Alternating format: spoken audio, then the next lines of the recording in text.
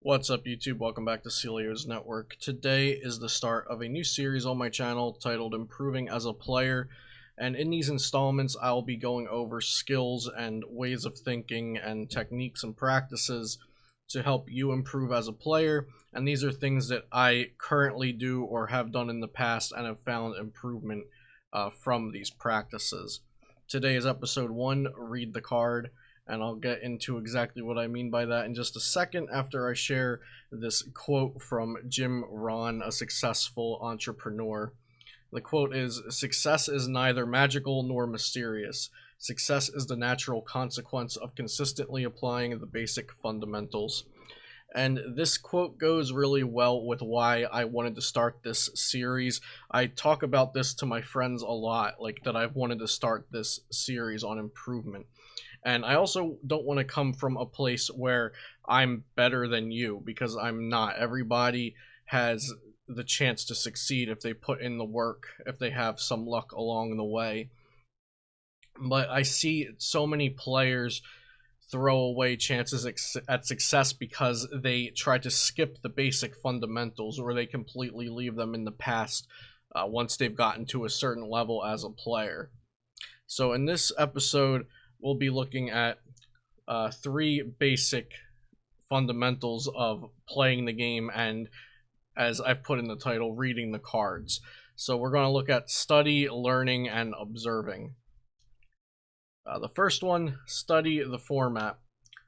You can use the PTCGO database or a phone app like Pokemon Card Decks to basically just know what all the cards do. Now, it's hard to know what every single card does, but you can scan through these databases and read the ones that are of interest to you, or screenshot the ones that are of interest, or take a little note.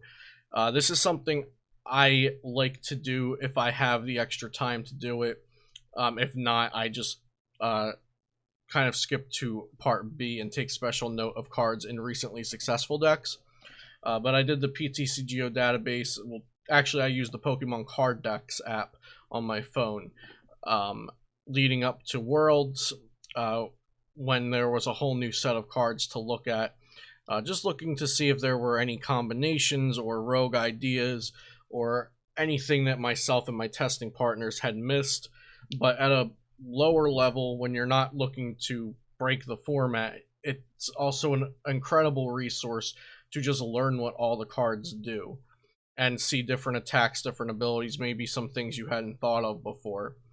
And then, of course, part B is take special note of cards in recently successful decks. So like I said, if you don't have the time to sit there and read every card, you can go on limitlesstcg.com or ptcgstats.com and see what the successful decks are. And then on Limitless TCG, you can just go through the deck lists and click the cards that you want to read. And so if there are cards standing out that you've never played against before, you don't quite remember what they do, that's a good idea to at least highlight those cards in the successful decks and make sure you know what they do. This will help you when you're playing. You'll be taking less time out of your games to read cards. You'll be making correct decisions. Let's say your opponent is playing an archetype like Mewtwo and Mew Tag Team. So they start with Mewtwo and Mew Tag Team, and just because they have Mewtwo and Mew Tag Team on the board, you don't know what all of the attacks are that are possible in that deck because they haven't played those Pokemon down yet. But if you look through Mewtwo and Mew decks that have been successful so far, you'll get a good gist of what attacks you might want to be on the lookout for. And of course, at the bottom there, those are the 3 resources I mentioned. Card Decks app on the phone. I know it's available on the iPhone. I'm not sure about Androids. LimitlessTCG.com and PTCGstats.com. And if you are ambitious enough to study every single card in the format, starting with standard first, I would suggest even just look at 1 set a night or 50 cards a night. When you before you go to sleep on your phone, it's a good practice to have.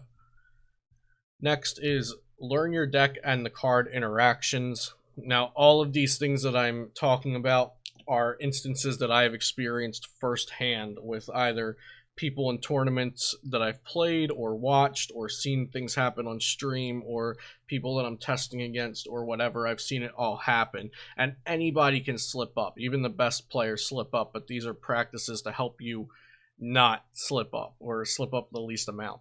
So part A here is know what the attacks of all of your Pokemon do, not just the main attacks of the main Pokemon. So these are the smaller instances, the less likely instances, but let's look at a deck like Blacephalon GX Naganadel, where Poipole has the attack Spit Poison, which poisons your opponent's active Pokemon. If there was ever a situation where you needed to knock out your opponent's Pokemon by poison instead of damage, like if you needed a spell tag not to proc or something like that, or even if you wanted to get early damage in but not leave a Blacephalon GX out in the active, maybe that would be a good choice, to poison your opponent's Pokemon and force them into switching if they didn't want the poison to tick every turn. That's just one example of knowing what a Pokemon that you normally wouldn't attack with in the deck, what their attacks do, and have that as an active thought or a pre-conscious thought in your head, thinking about all of the cards in your deck. The next is don't assume or guess rulings and or the card interactions. Ask a judge or reach out on competitive forums such as Hey Fonte on Facebook. So that's the second part, the card interactions.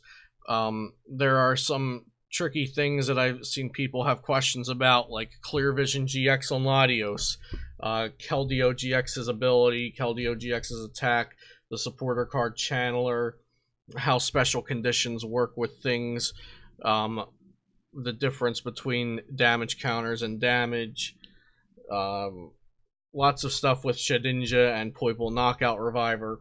So if there's something that you're not sure of that could possibly happen based on the deck that you plan to bring to the tournament, it's good to find out before you're in that situation. And lastly, we'll be looking at observe and collect information. So this is an active thing. This is happening all the time, whereas the other two you should do before the tournament. This is step 3 is during the tournament. So part A is read your opponent's cards. If you are unsure of the complete text or have never read the card before, it is important to do this in a timely and non-obstructive manner.